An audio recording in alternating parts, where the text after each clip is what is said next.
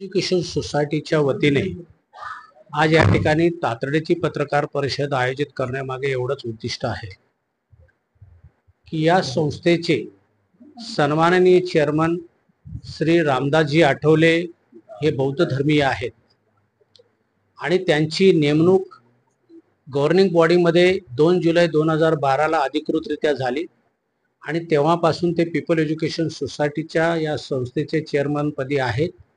आणि त्यांच्या नेतृत्वाखाली असणारे सर्व लोक कार्यरत आहे आणि त्यांची नेमणूक अद्याप कुठेही चॅलेंज झालेली नाही। किंबहुना आमच्यातील काही लोकांनी जे आमच्याकडून दुसरीकडे गेल्याच्या नंतर त्यांच्या अधिकाराला प्रतिबंध घालण्याचा प्रयत्न केला, परंतु माननीय धर्मादाय आयुक्त यांनी 4 फेब्रुवारी 2021 रोजी व 3/11/2021 आणि 20/9/2022 अशा प्रकारचे 3 निकाल देऊन हे मान्य केलं की रामदासजी आठवले कागदपत्र तपासून हे निर्णय देतात की रामदासजी आठवले हे पीपल एज्युकेशन सोसायटीचे चेअरमन आहे, त्यांना बँकेचे अकाउंट बघण्याचा अधिकार आहे आणि त्यांनी मान्य केलं। आणि हे जे निकाल दिले धर्मादाय आयुक्तांनी हे अद्याप कुठेही आव्हानित नाही आणि त्यामुळे ह्या सगळ्या निकालांचा विचार करून माननीय जे एज्युकेशन मिनिस्टर आहेत चंद्रकांत दादा पाटील यांनी 10 ऑक्टोबर 2024 ला तशा प्रकारचा निर्णय दिला की हे आदेश जे आहेत धर्मादाय आयुक्तचे की रामदास आठवले हे चेअरमन आहे पीपल एज्युकेशन, त्यांना अजून कुठेही आव्हानित केलेलं नाही किंवा ते आदेश रद्द केलेले नाही। आणि जे मेमोरंडम ऑफ असोसिएशन आर्टिकल 17 आणि 23 आहे पीपल एज्युकेशन त्याच्याप्रमाणे जोपर्यंत तो चेअरमन निवडल्याच्या नंतर एक तर तो डिस्क्वालिफाय होत नाही कायदेशीररित्या किंवा त्याचा मृत्यू होत नाही किंवा त्यांना अधिकृतरित्या काढलं जात नाही तोपर्यंत ते त्या पदावर कायम असतात जन्मता।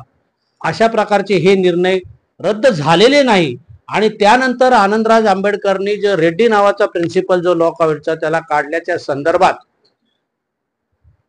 युनिव्हर्सिटी ट्रायब्युनलने निर्णय दिला की आनंदराज आंबेडकरला चेअरमनशिप देता येणार नाही, त्यांना तसा चेअरमन पदाचा अधिकार नाही। त्याच्या विरुद्ध ते उच्च न्यायालयात गेले, त्यांची याचिका फेटाळण्यात आली। किंबहुना त्यामुळे एक सिद्ध झालं की रामदासजी आठवले या पीपल एज्युकेशन सोसायटीचे 2 जुलै 2012 पासून अद्याप चेअरमन आहेत। जोपर्यंत ते निकाल दिलेले रद्द होत नाही तोपर्यंत रामदासजी आठवले चेअरमन आहे। त्याचबरोबर 2 जुलै 2012 चा जो रिझोल्युशनचा चेंज रिपोर्ट सबमिट केलेला आहे, चेंज रिपोर्ट नंबर 4431 ऑफ 12, तो जोपर्यंत रद्द होत नाही तोपर्यंत कायदेशीररित्या रामदास आठवलेंचं चेअरमनशिप तुम्हाला नाकारता येणार नाही। तुम्हाला जर नाकारायचं असेल तर हे आदेश रद्द करून आणायला लागतील आणि हे आदेश रद्द करत नाही तोपर्यंत तुम्हाला रामदासजी आठवले हे बौद्ध समाजाचे आहेत यांना मान्य करावं लागेल आणि घटनेप्रमाणे रामदासजी आठवले या पीपल एज्युकेशन सोसायटीचा चेअरमन आहे। संस्थेच्या हिताकरता, संस्थेतील विद्यार्थ्यांच्या हिताकरता, संस्थेतील जे कंत्राटी कामगार आहेत त्यांना परमनंट करण्यासाठी, संस्थेमध्ये कामगार आम्हाला भरण्याचे सिलेक्शन प्रोसेस करण्यासाठी आपण सगळ्यांनी आम्हाला सहकार्य करावं अशी मी या पत्रकार परिषदेत अपेक्षित आहे।